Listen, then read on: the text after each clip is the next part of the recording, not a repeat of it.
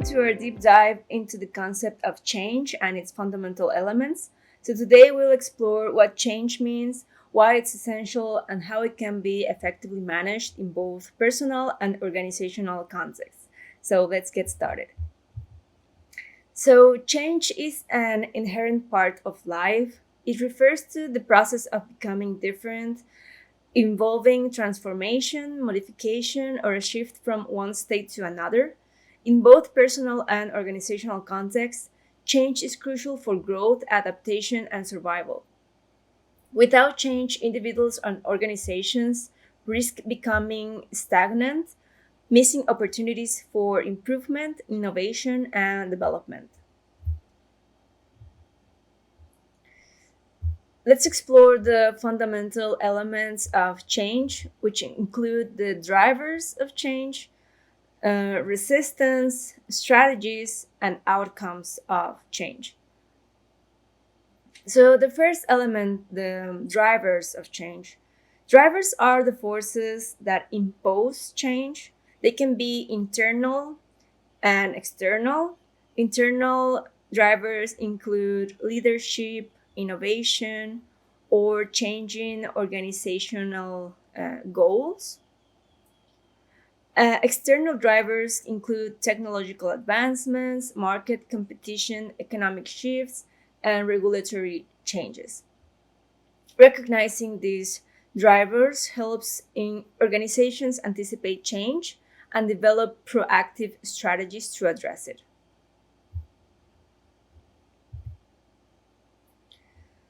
Then we have resistance to change.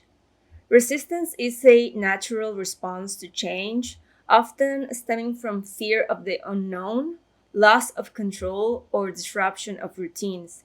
Understanding the sources of resistance is crucial for managing it effectively.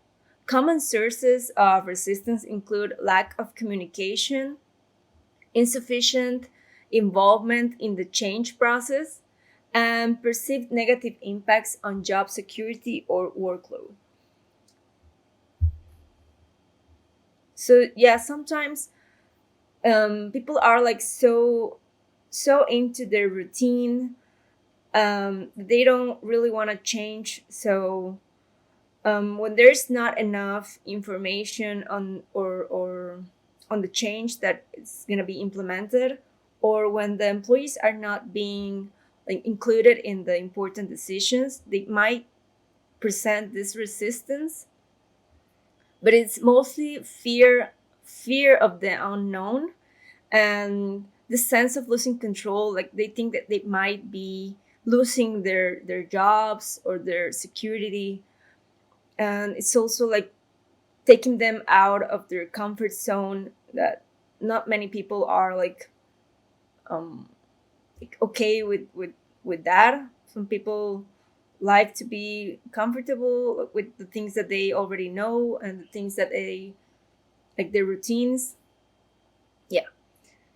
Then we have the strategies to manage change. So, effective change management requires strategic planning and execution. Some key strategies include clear communication, being transparent on the reasons for change, the expected benefits, and how it will be implemented. Engagement and participation. This refers to the involvement of the employees in the change process to gain their trust and reduce resistance.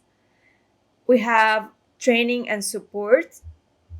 So, providing the necessary resources, training, and support to help individuals adapt to the change is crucial for the change implementation to to be like well implemented. Um, Leadership and vision. So, having strong leadership is essential for guiding the organization through change. Leaders should articulate a clear vision and demonstrate commitment to the change process. Implementing these strategies can help smooth the transition, reduce resistance, and ensure the successful adoption of change. So, yeah, leaders should should show their commitment to the change process by example, by doing is the best way that they can demonstrate this commitment. So now let's talk about the outcomes of change. So the outcomes can be positive or negative depending on how well it is managed.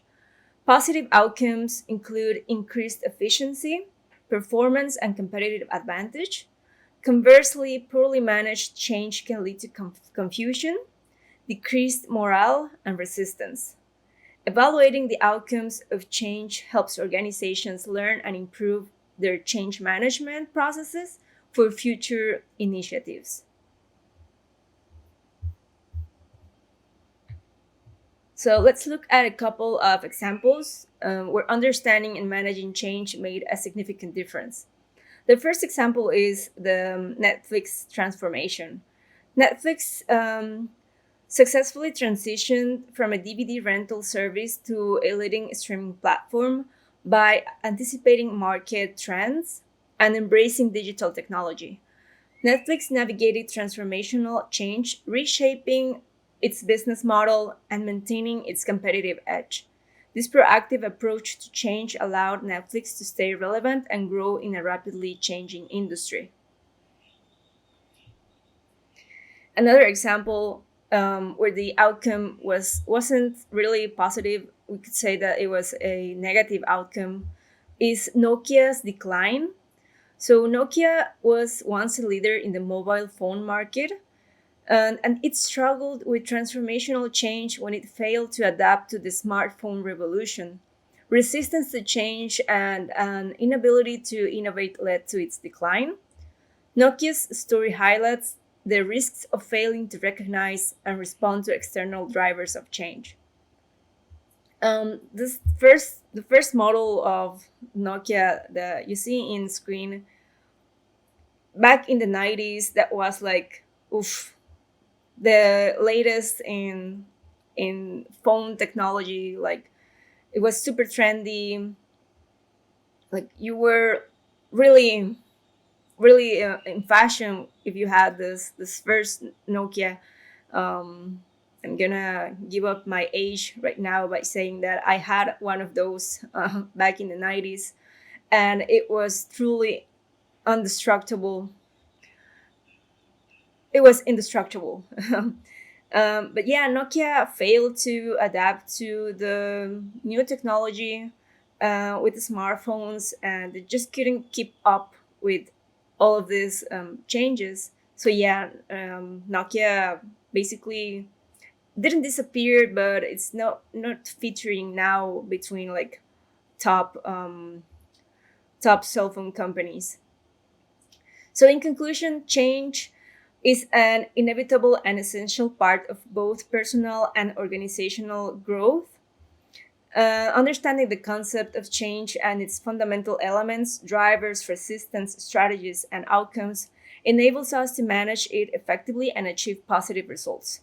So, thank you for joining me on this exploration of the concept of change, and see you next time.